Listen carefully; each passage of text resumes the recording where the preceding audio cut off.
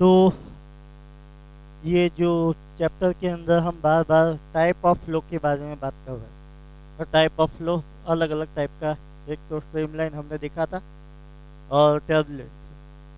तो हमको कैसे पता चलेगा कि फ्लो स्ट्रीमलाइन है या टर्बुलेंट है या मिक्स्ड टाइप का है।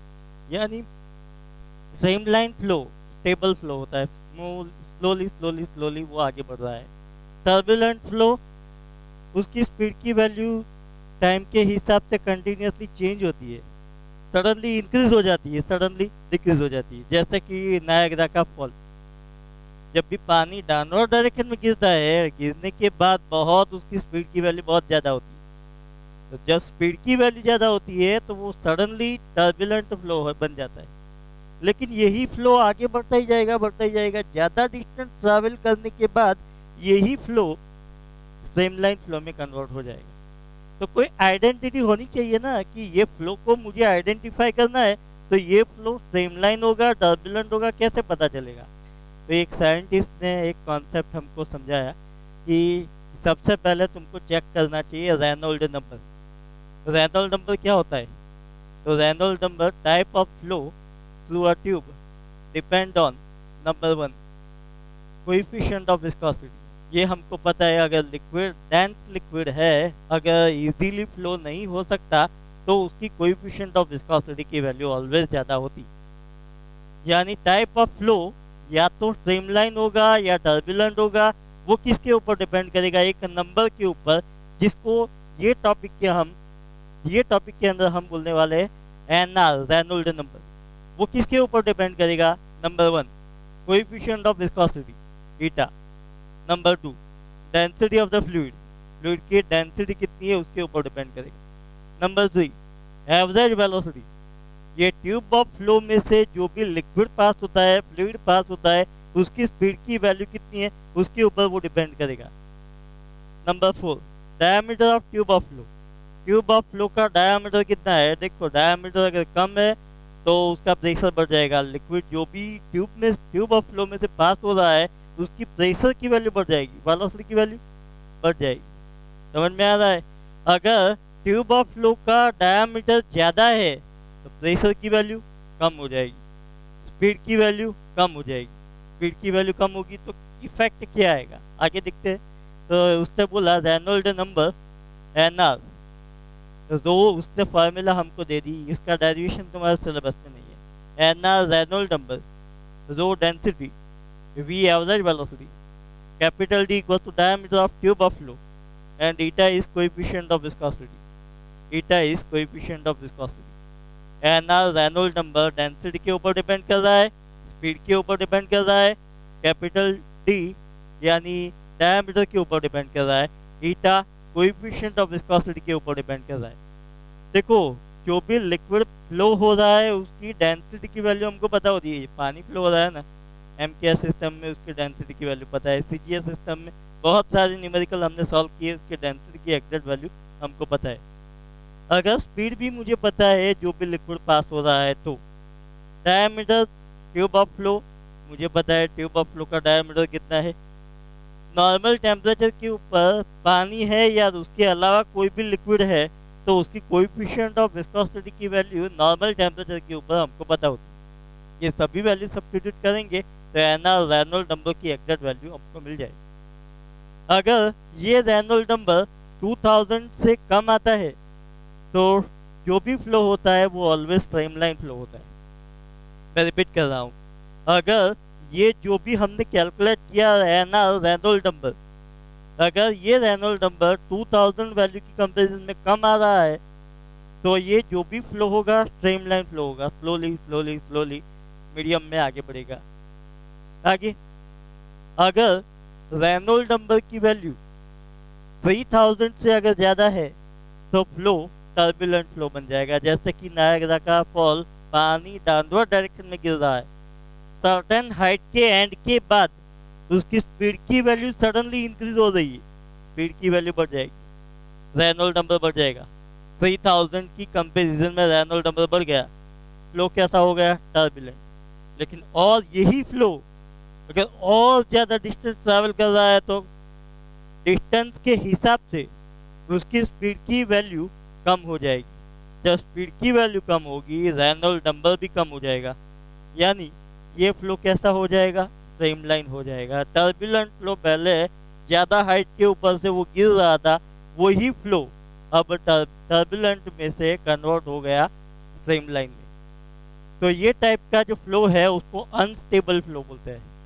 It type keeps on changing, जिसकी रेनॉल्ड नंबर की वैल्यू 2000 और 3000 के बीच में आती है।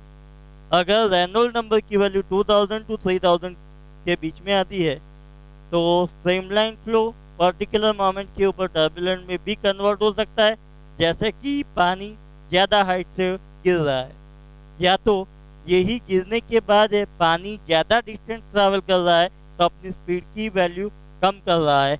जब स्पीड की वैल्यू कम कर रहा है, रेनॉल्ड नंबर भी कम हो रहा है, तो यही टर्बुलेंट फ्लो स्ट्रीमलाइन में कन्वर्ट हो जाएगा जब रेनॉल्ड नंबर की वैल्यू 2000 टू 3000 के बीच में होती है। तब ये रेनॉल्ड नंबर एक स्पेसिफिक वैल्यू होती है। जब हम बोलते हैं वैल्यू होती है यानी, तो उसके अंदर ये यूनिटलेस फिजिकल क्वांटिटी है और डायमेंशनलेस फिजिकल क्वांटिटी, उसका कोई भी यूनिट नहीं आएगा। डायमेंशनलेस फिजिकल क्वांटिटी है। Dimensional formula of Reynold number is m0 l0 t0।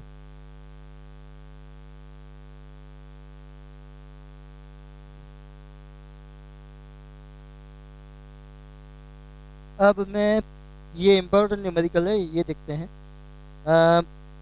Page number 106 बोला मैंने। As shown in figure, laminar flow is obtained in a tube of internal radius r and length l। ये tube of flow जिसकी length की value है l और यहाँ से लेकर सेंटर से लेकर ट्यूब ऑफ फ्लो का उसकी रेडियस की वैल्यू है स्मॉल r। देखो कोई भी फ्लो जब भी लिक्विड में से पास होता है, सॉरी ट्यूब ऑफ फ्लो में से पास होता है, तो क्या होगा, उसको पास करवाने के लिए प्रेशर डिफरेंस प्रोवाइड करना पड़ेगा। समझ में आए? मान लो यहाँ पे एक ट्यूब ऑफ फ्लो, ये ट्यूब है, उसका कनेक्शन टैप के साथ में कनेक्ट करता हूँ गार्डनिंग के लिए। उसका सामने वाला आगे का एंड, उसमें से पानी निकल जाएगा, लेकिन कब उसको टैप को मैं ऑन करूँगा तब। टैप को मैं बंद कर देता हूँ, मान लो पानी उसमें से बाहर निकल रहा है, लेकिन सर्टेन मोमेंट के बाद मैं उस टैप को बंद कर दूंगा तो क्या होगा, पानी बंद हो जाएगा। वाई? क्योंकि प्रेशर डिफरेंस मैंने बंद कर दिया। टैप को मैं ऑन कर देता हूँ तब पानी, प्रेशर डिफरेंस में यहाँ पे ये एंड और सामने के दूसरे एंड, ओपन एंड, दोनों के बीच में मैं प्रेशर डिफरेंस प्रोवाइड कर रहा हूँ। कोई भी लिक्विड को ट्यूब के अंदर फ्लो होने के लिए, कोई भी लिक्विड बेसिकली अपने आप से फ्रीली फ्लो हो ही नहीं सकता। उसको फ्लो करवाने के लिए बाहर से एक सर्टेन वैल्यू का फोर्स प्रोवाइड करना ही पड़ता है। तो कितनी वैल्यू का फोर्स को ओवरकम करना पड़ता है, उसकी जो विस्कोसिटी है, उसका जो विस्कस फोर्स है, उसको ओवरकम करना पड़ता है। उसको ओवरकम करेंगे तब जाके एक क्रॉस सेक्शन से पानी अंदर एंटर हो जाएगा, सर्टेन डिस्टेंस ट्रैवल करेगा और दूसरे एंड में से बाहर निकल जाएगा। तो सबसे पहले करना क्या पड़ता है, उसका जो विस्कस फोर्स है उसको ओवरकम करना पड़ता है in form of pressure difference. यानी ये एंड के ऊपर का प्रेशर अलग है, पानी गिर रहा है ना, ये एंड में से पानी निकल रहा है, ये एंड का प्रेशर और ये एंड का प्रेशर ट्यूब के अंदर डिफरेंट है। इसीलिए ये दो एंड के बीच में प्रेशर डिफरेंस से मैं फोर्स प्रोवाइड कर रहा हूँ जब मैं टैप को ऑन मोड के ऊपर रख रहा हूँ। तो ये ट्यूब ऑफ फ्लो दिखाइए, उसमें से लिक्विड फ्लो हो रहा है। ये जो ब्लू कलर की लाइन सेगमेंट ड्रॉ की है वो क्या है, उसकी एक्सिस है। किसकी एक्सिस? ट्यूब ऑफ फ्लो, उसकी एक्सिस है। यहाँ से लेकर आर जितना डिस्टेंस है ट्यूब ऑफ फ्लो का और एल जितना डिस्टेंस है ट्यूब ऑफ फ्लो का। मैं क्वेश्चन फिर से रिपीट कर रहा हूँ। As shown in figure, laminar flow is obtained in a tube of internal radius small r and length l. L equals to length, r equals to radius of tube of flow. To maintain such flow, force balancing viscous force is obtained by reducing pressure difference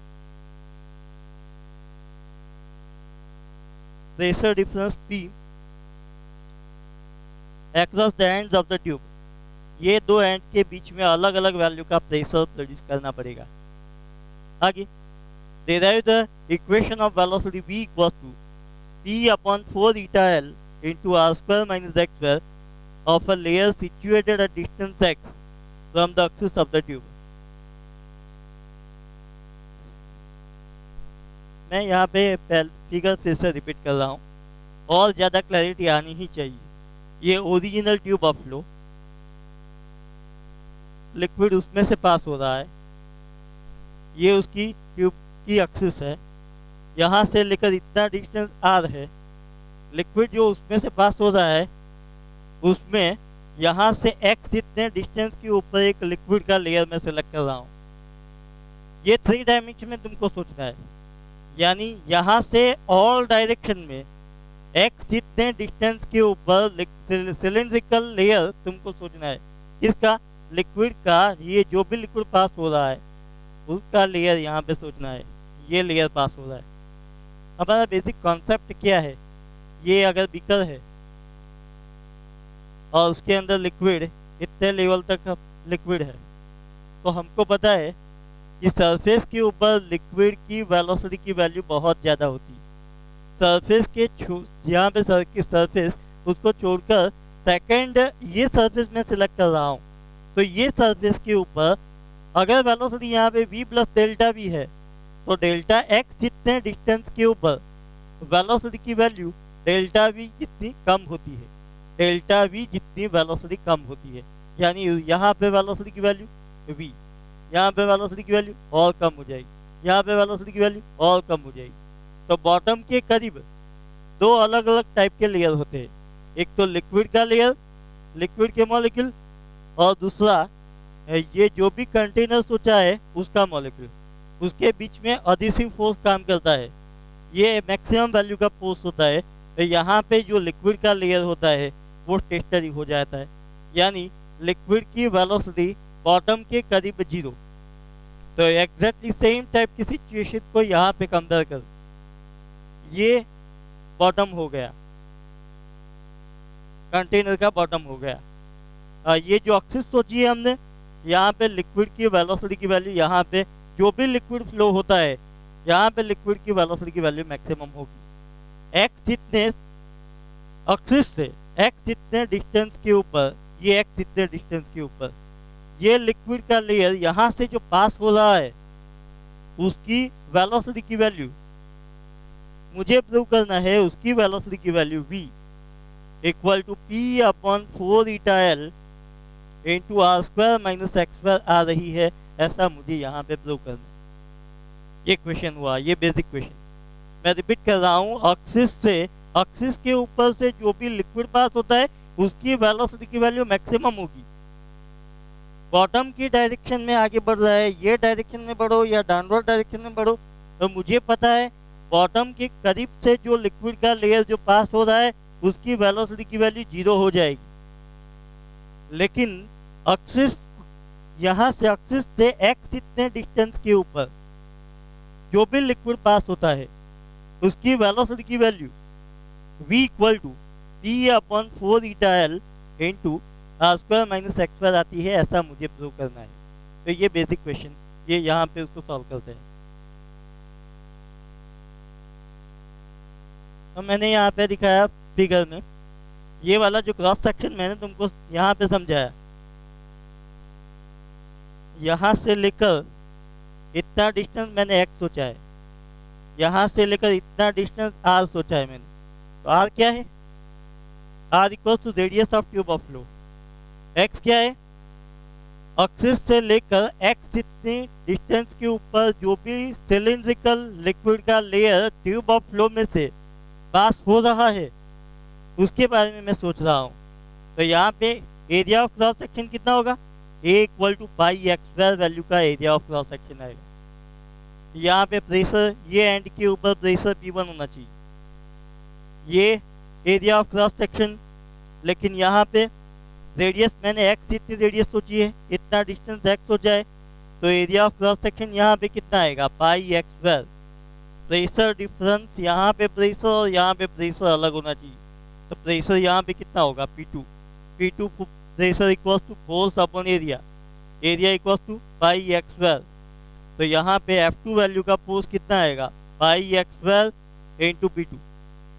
यहाँ पे F1 value का force कितना आएगा, again यहाँ पे pressure P1 था, force F1 upon area pi x square. तो यहाँ पे कितनी वैल्यू का फोर्स काम करेगा, pi x square into P1 value का फोर्स यहाँ पे काम करेगा। ये फोर्स क्या करेगा, ये जो भी लिक्विड फ्लो हो रहा है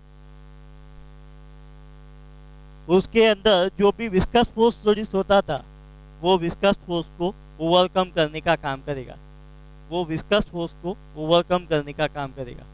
यहाँ पे लिखा है consider a cylindrical layer of liquid, ये लेयर की बात कर रहा हूँ। Consider a cylindrical layer of liquid of radius X as shown in figure.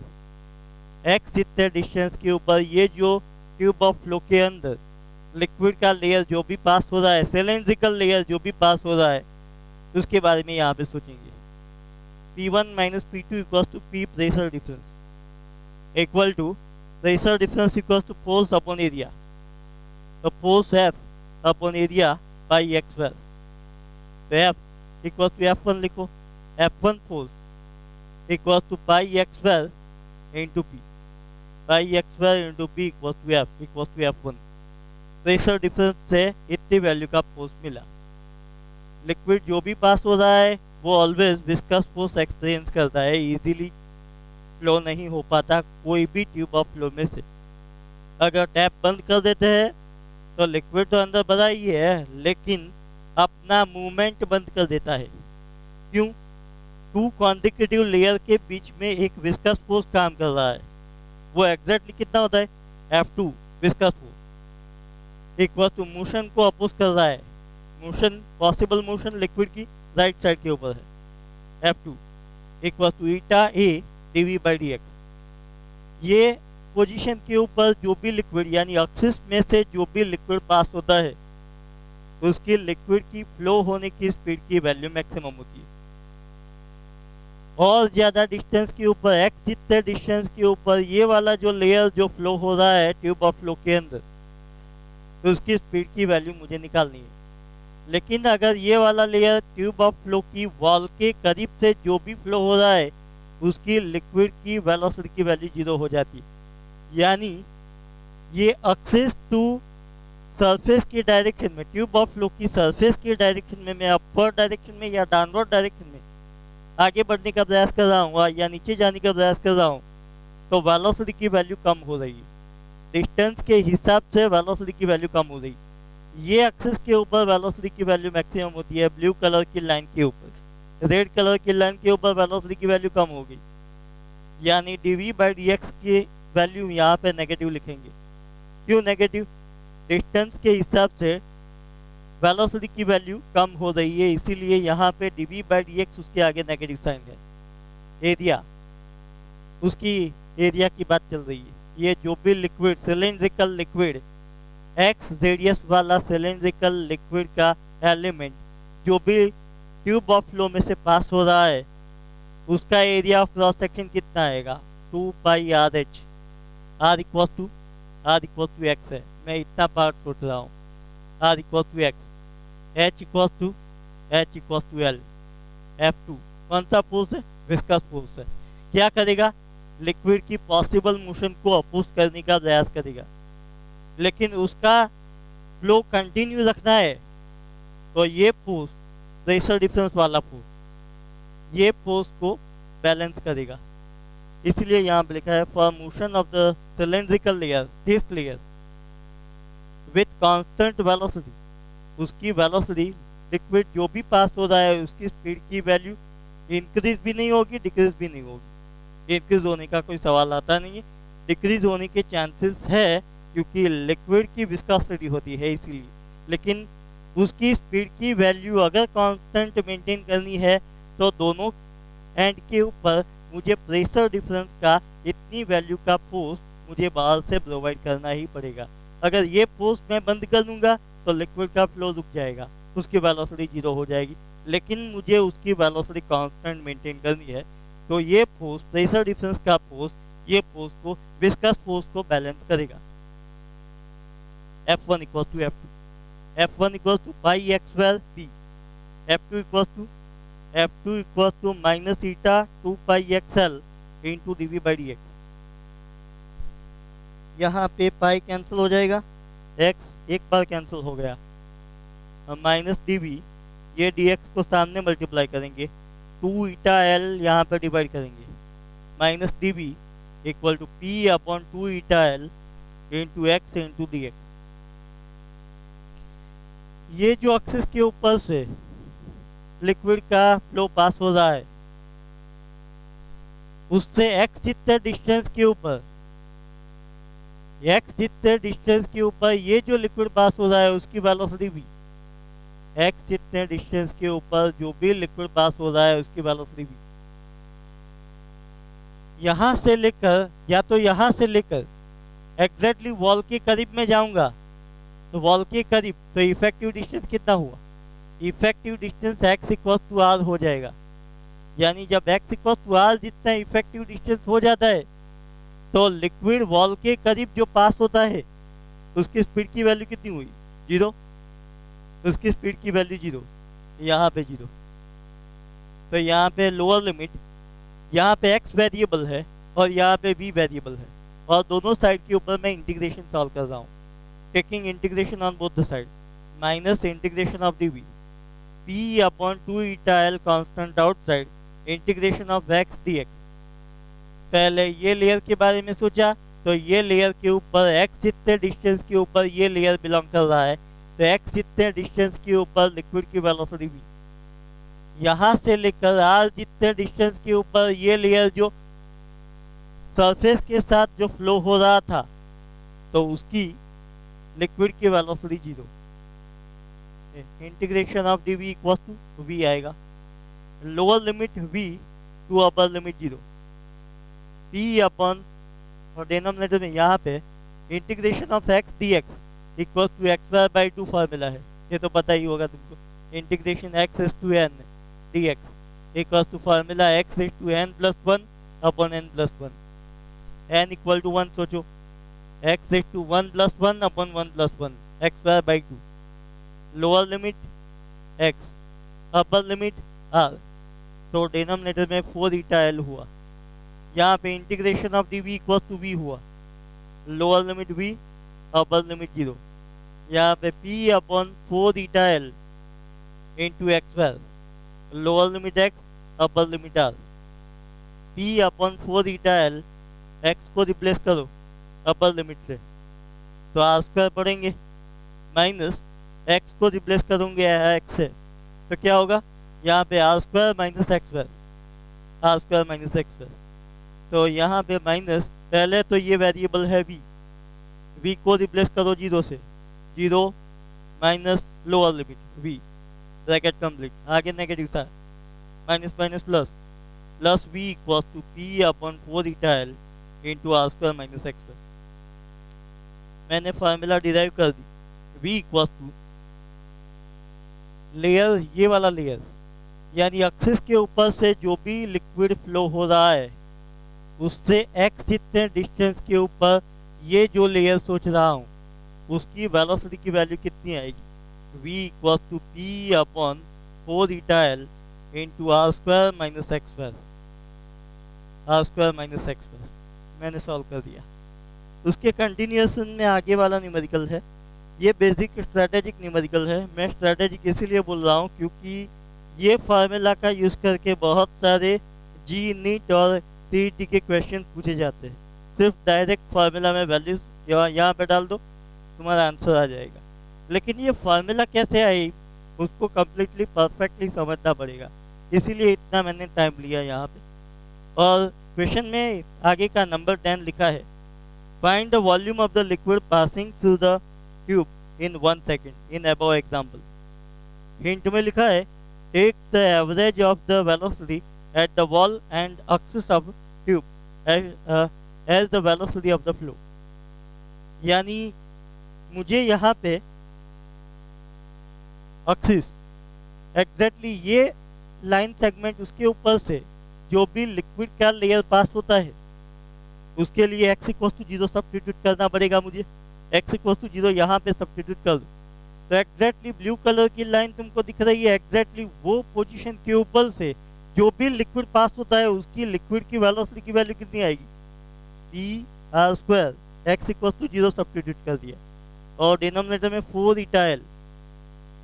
बाद में बात करेंगे ये जो वॉल के करीब से जो भी लिक्विड का लेयर पास होता है उसकी वेलोसिटी की वैल्यू कितनी आएगी, तो वॉल के करीब से यानी एक्सिस से R equal to X, X equal to R जितने डिस्टेंस के ऊपर जो भी लिक्विड का लेयर पास होता है, ये एक्स इक्वल टू आर यहाँ पे डाल दो, R square minus R square, value कितनी हुई, वेलोसिटी की वैल्यू 0 हो गई।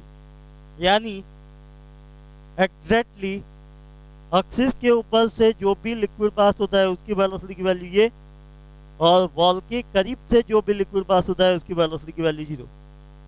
एवरेज वेलोसिटी की वैल्यू कितनी आएगी, this value plus this value upon 2, this value v equals to P R square upon 4 eta L plus 0 whole upon 2।